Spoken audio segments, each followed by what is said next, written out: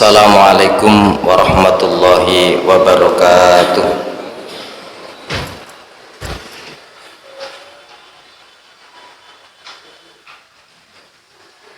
Allahu Akbar, Allahu Akbar,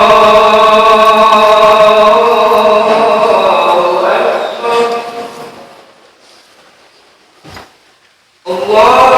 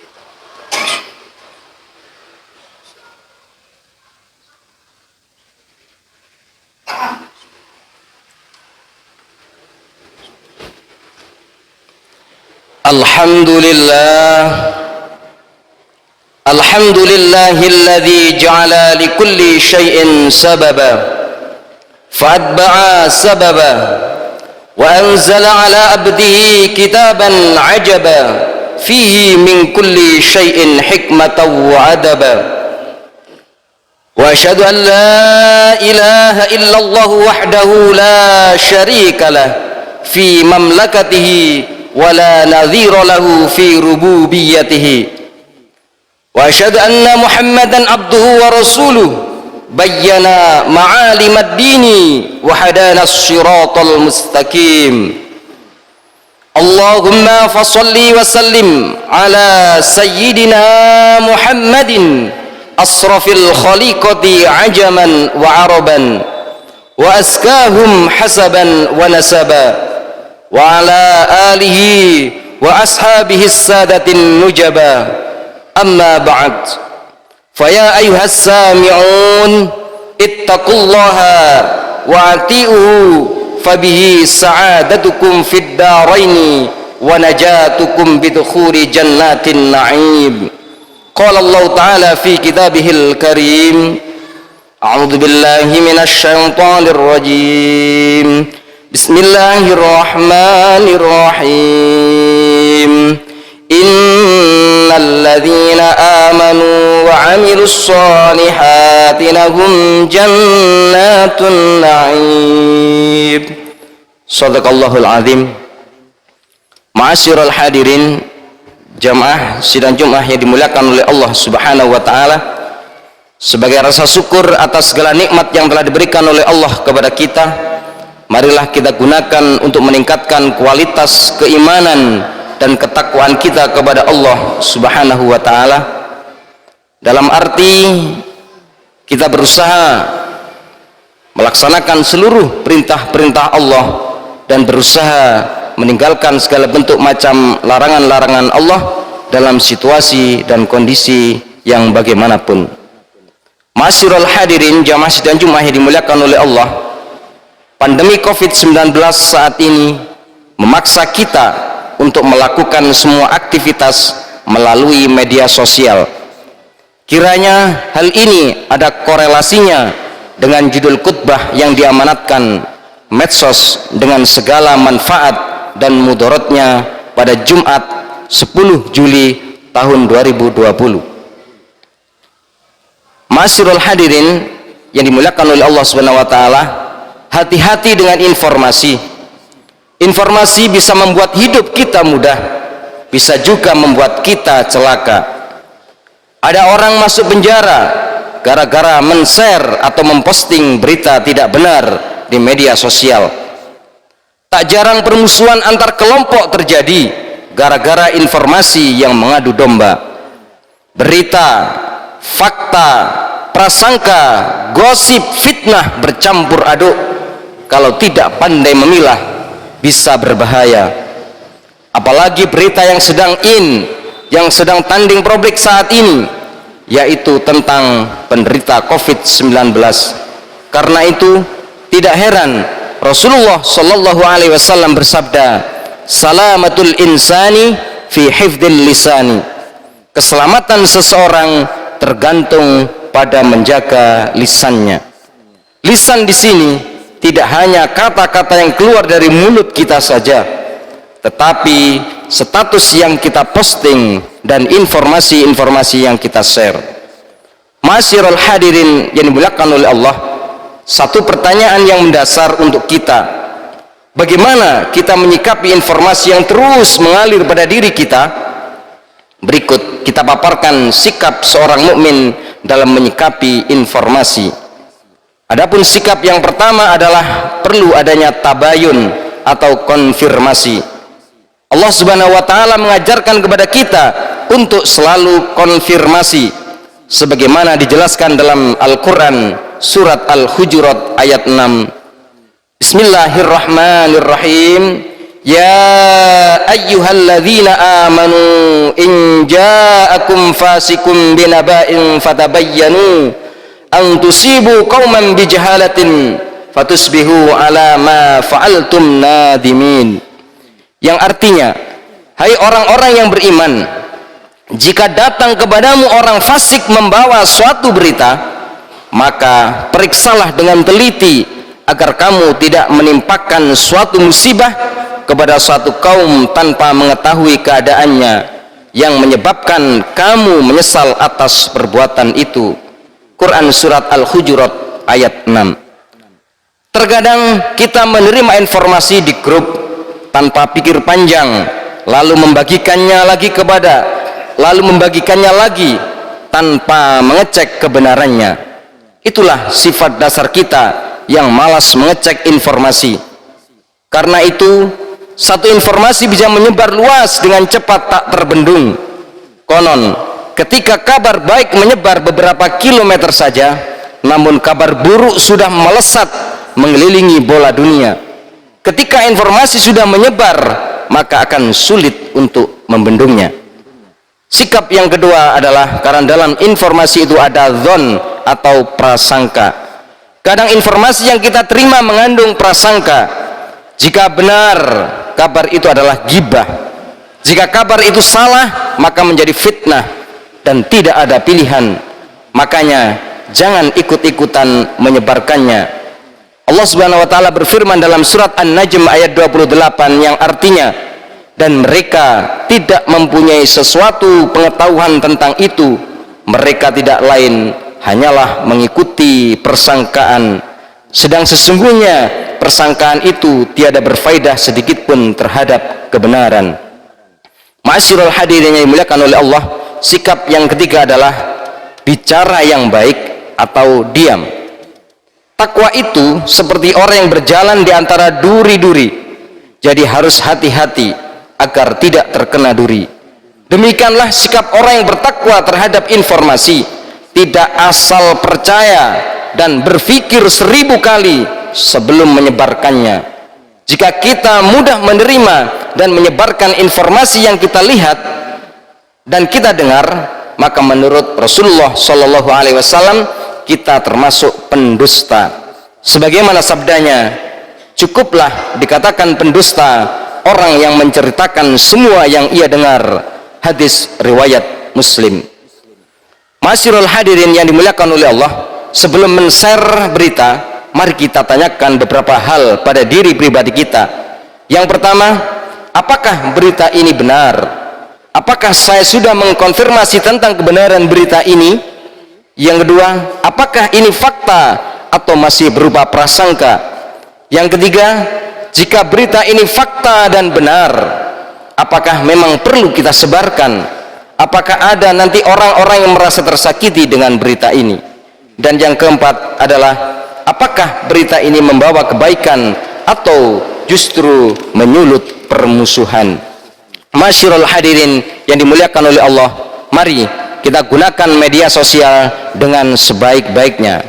Alhamdulillahirabbil alamin, Masjid Besar Al-Azhar Turen saat ini sudah memberikan pelayanan majelis taklim dan giat lainnya melalui live streaming di YouTube channel Radio Al-Azhar dan siaran langsung di Radio Al-Azhar FM di gelombang 94,4. Mari kita perbanyak ilmu kita dengan melalui link-link tersebut di atas. Semoga kita lebih arif dan bijaksana dalam menggunakan media sosial, dan semoga pula Allah terus memberikan kekuatan iman dan Islam kita, terlebih dalam suasana pandemi ini, hingga akhirnya kita menghadap keharibaan Allah dengan predikat husnul khotimah. Amin amin ya mujibas sa'idin. Barakallahu li wa lakum fil Qur'anil azim, wa nafa'ani wa iyyakum bima fihi minal ayati wa dzikril hakim, wa taqabbal minni wa minkum tilawatahu innahu wal ghafurur rahim.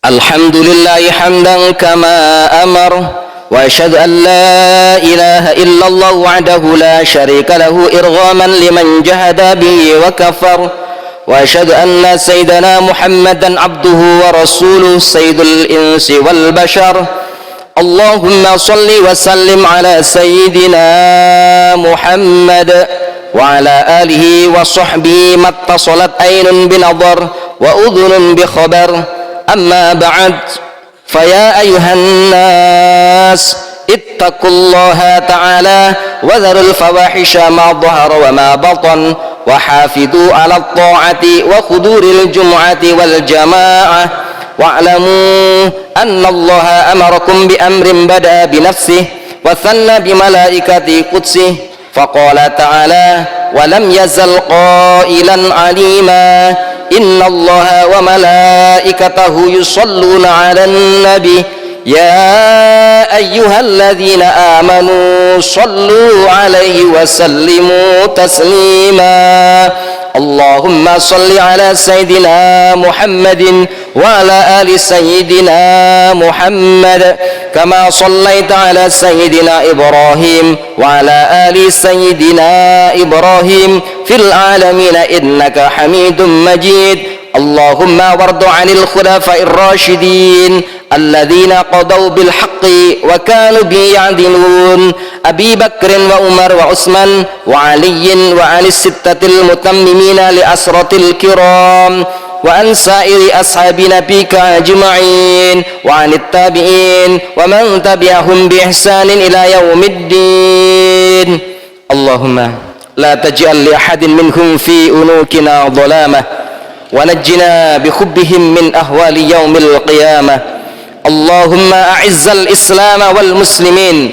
وأهلك الكفرة والمشركين وأعلي كلمتك إلى يوم الدين اللهم آمنا في دورنا واصلح ولاة أمورنا واجعل اللهم ولاياتنا في من خافك وأتقاك اللهم اغفر للمسلمين والمسلمات والمؤمنين والمؤمنات الأحياء منهم والأموات برحمتك يا واهب العطيات اللهم ادفع عنا الغلاء والوباء والربا والزنا والزلازل والمحن وسوء الفتن ما ظهر منها وما بطن عن بلدنا إندونيسيا خاصة وعن سائر بلاد المسلمين عامة يا رب العالمين ربنا آتنا في الدنيا حسنة وفي الآخرة حسنة وقنا عذاب النار عباد الله إن الله يأمر بالعدل والإحسان وإيتاء ذي القربى وينهى عن الفحشاء والمنكر والبغي